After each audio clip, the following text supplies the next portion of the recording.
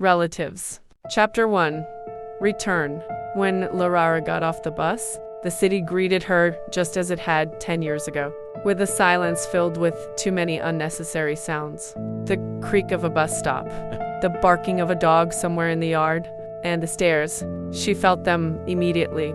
Lera straightened her dark hair, slung her bag over her shoulder, and headed toward the familiar 5-story buildings. She had changed. It was immediately obvious. She had become sharper, more confident. Her gait had acquired that same predatory grace that makes men involuntarily catch their eye. But it wasn't just her appearance. She hadn't returned without a reason. The house stood at the end of the yard, the same one. A shabby entrance, peeling paint, and the number 17 above the door, barely hanging on by a single nail. Lera stopped. Something in her chest tightened unpleasantly.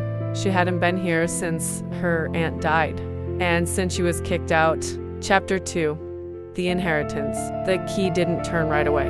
The door opened with difficulty, as if the apartment didn't want to let her in. The smell inside was of a closed space and something sweet, strange. "Well, hello," Lera said quietly. She turned on the light. Nothing had changed. The old sofa, the rug on the wall, the sideboard with dishes. Even the clock was still ticking. And as if time hadn't stopped here, but was simply stuck. The phone vibrated. A message. "Have you arrived?" The number was unfamiliar. Lera frowned. "Who is this?" The answer came immediately. "The relatives don't introduce themselves." She grinned. "It's begun." Chapter 3. Family. They arrived the next day. No ringing. They simply opened the door with a key. Lera wasn't even surprised. The first to enter was a woman of about 50, dry with cold eyes. Well, she's back," she said. "Aunt Ira," Lera replied calmly. A man followed her cousin Kostya, and another stranger, tall, silent.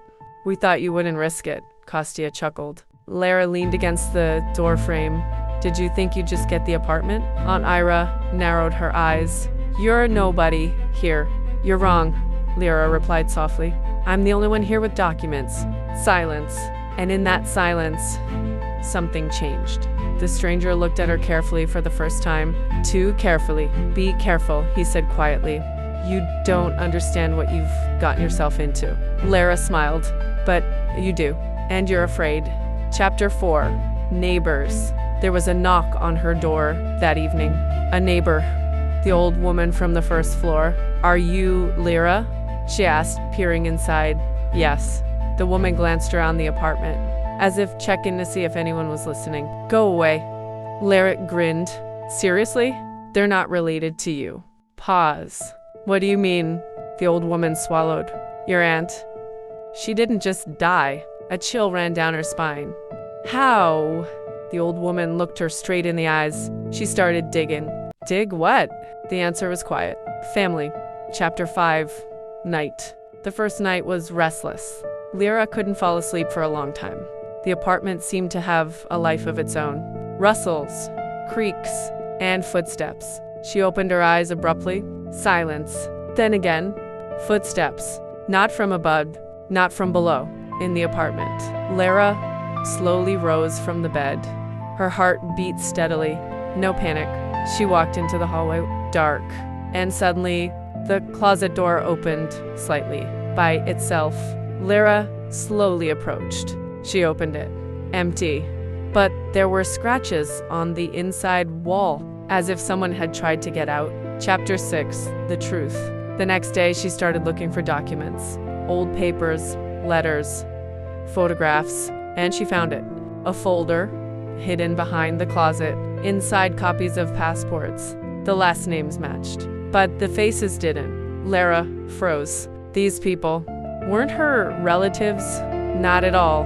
And then she realized the apartment wasn't an inheritance. It was bait. Chapter 7. The game. They wrote to her again that evening. "Have you figured it out yet?" Lera replied. "Who are you?" Pause. Then, "We are the ones who remained." Remained after what? She whispered. The answer came. After your aunt. And then a voice came from behind her, because she started asking questions. Lera turned around abruptly. The stranger stood in the doorway. Chapter 8. No way out. You're smart, he said calmly. But not that smart. Who are you? Lera asked coldly. He took a step forward. We are family. You're fake. He smiled. The documents are fake. But we're not. Silence. This apartment is a hub, he continued. Money, people, information. Lera narrowed her eyes. And my aunt found out about it. Yes. And you killed her. He didn't answer. And that was the answer. Chapter 9. The choice. You have two options, he said. Leave and forget. Or become part of the family. Lera laughed quietly. Do you seriously think I'd agree? He looked at her calmly. You're already here. That means you're not the type to leave. Pause. And suddenly Lera smiled. Slowly. Dangerous. And what if I offer a third option? He narrowed his eyes. What? What? I'll take everything. Silence. And for the first time, doubt flickered in his eyes. Chapter 10. Relatives. There were footsteps in the apartment again that night. But now Lera wasn't afraid. She stood by the window looking out at the yard and spoke quietly. I know you're here. Silence. Then a whisper. Right behind her. You're just like her. Lera smiled. No. Pause. I'm worse. Finale. A week later, strange things began happening in the city. People disappeared. Accounts were closed. Some left urgently. Some didn't make it in time. And apartment number 17 was empty again. Almost. Because now Lera lived there. And when the new relatives knocked on the door one day, she opened it and said, Come in.